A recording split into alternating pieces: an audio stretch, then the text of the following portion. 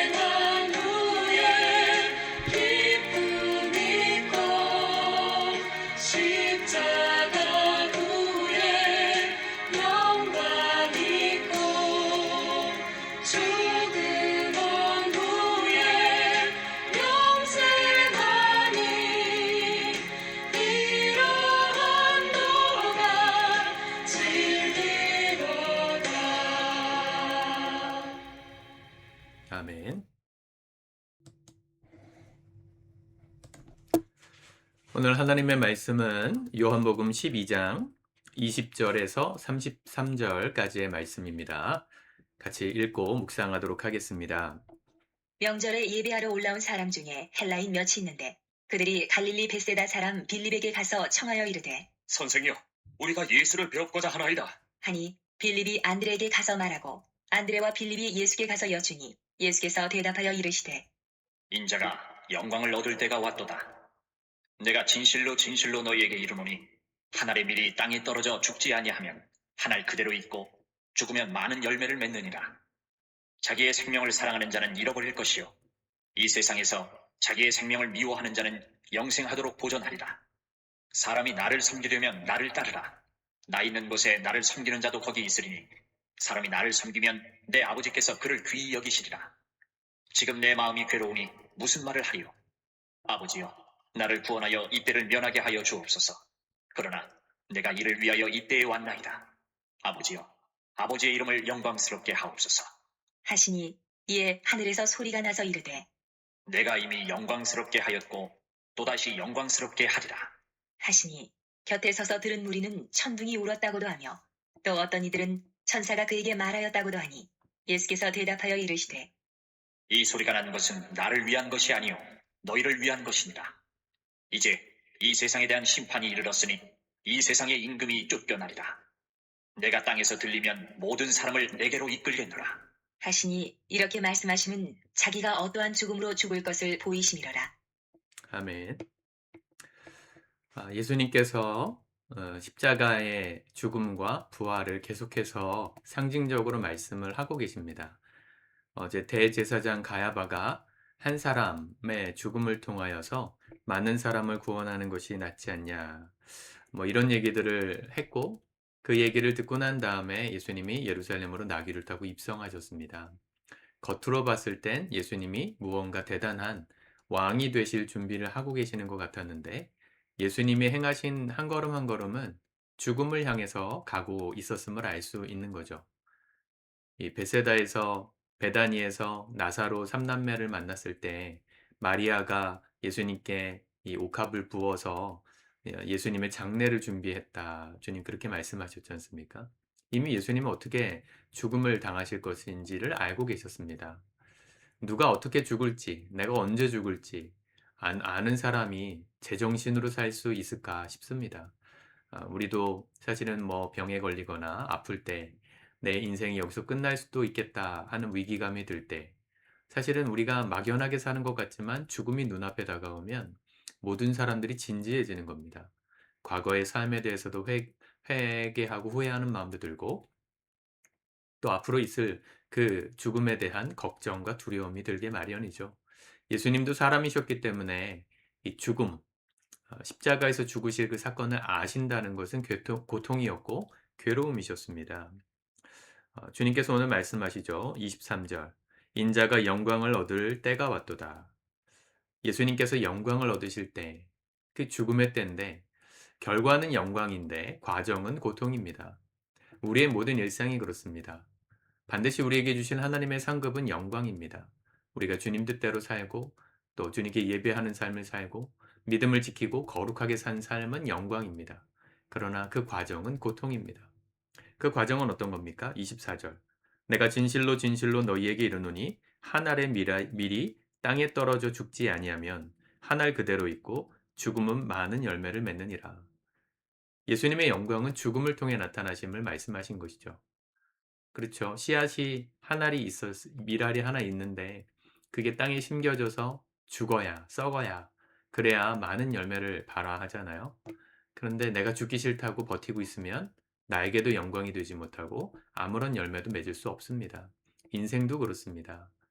우리가 지금 부활절 기간을 맞이해서 우리 어제도 소개시켜드린 그 소책자를 읽고 있죠. 끝에 남은 한 이름 예수 그리스도. 우리가 순교자, 초기 한국 기독교 안에 순교자들의 삶을 돌아보고 있잖아요. 그들의 죽음, 헌신, 마치 밀알이 땅에 심겨져서 죽는 것 같은 초라한 것, 또 비참한 것이었을지 모릅니다. 그런데 그 한 사람의 영혼이 하나님께 온전히 드려졌을 때, 썩어졌을 때, 우리 이 한국 땅에 많은 그리스도인들의 열매를 맺지 않았습니까? 예수님이 십자가에서 죽으심으로 많은 영혼을 구원하신 것처럼 오늘 우리의 삶도 우리가 속한 자리에서 내가 죽을 때, 내가 썩어질 때, 하늘의 밀알처럼 땅에 심겨질 때, 희생될 때, 그때 하나님의 영광이 나타나는 거죠. 우리의 삶을 통해서. 우리는 열매되는 것에 대한 관심은 많습니다. 내 인생이 좀 빛났으면, 내 인생이 좀 찬란해졌으면, 내가 열매를 누렸으면 하는 바람들은 크죠. 그러나 열매를 위해서 희생하고 헌신하고 땅을 개간하고 고통스러운 과정을 겪는 것은 누구나 하기 싫습니다. 소명이 있어야 되고 그 영광의 찬란함을 바라볼 수 있는 비전이 있는 사람만이 가능하죠. 나는 그런 비전 없으니까 나는 그런 사명 없는 사람이다. 그렇게 생각하지 마십시오. 우리 모두는 하나님께서 그런 비전을 주신 사람들입니다. 예수님의 제자로 부르심 받았다는 건 예수님처럼 누군가를 위하여 희생하고 하나님의 영광을 드러내는 삶으로 부름받았다는 거예요. 그래서 오늘 20절에 명절에 헬라인 몇 사람이 예수님을 만나고자 왔을 때 하신 말씀이 이거잖아요. 한 알의 밀알이 땅에 떨어져 죽지 아니하면 한 알 그대로 있고 죽으면 많은 열매를 맺을 거다. 25절. 자기의 생명을 사랑하는 자는 잃어버릴 것이요 이 세상에서 자기의 생명을 미워하는 자는 영생하도록 보존하리라. 사람이 나를 섬기려면 나를 따르라. 나 있는 곳에 나를 섬기는 자도 거기 있으리니 사람이 나를 섬기면 내 아버지께서 그를 귀히 여기시리라. 예수님을 따르고 믿고 궁금해서 찾아왔던 헬라인들에게 하셨던 말씀이에요. 예수님을 믿는다는 것은 너희들이 지금 예루살렘에 입성하는 나를 사람들이 환호하던 그 영광스러움만 보고 제자가 되기 원하느냐? 내가 걸어가는 길은 죽는 길이고 내가 받는 영광은 나로 인하여 많은 열매가 나게 하는 희생이다. 정말 나를 따르고 싶으면, 나를 섬기고 싶으면 내가 가는 길도 걸어가야 한다 하신 말씀이시죠. 예수 믿는 건 사실은 참 쉽지 않은 선택입니다. 결과적으로 보면 영광스러운데 그 과정이 고통스럽다 보니까 아무나 걸을 수 없어요. 그렇죠. 다이어트를 해도 건강을 위해서 열심히 운동하고 좋은 거 먹고 나쁜 거 안 먹고 하면 좋다는 거 누가 모릅니까? 건강해진다는 거 다 아는데 그 과정을 걷는 것은, 또 그 과정을 실천하는 것은 누구에게나 고통이에요. 우리의 생각을 날마다 십자가에 못 박아야 합니다.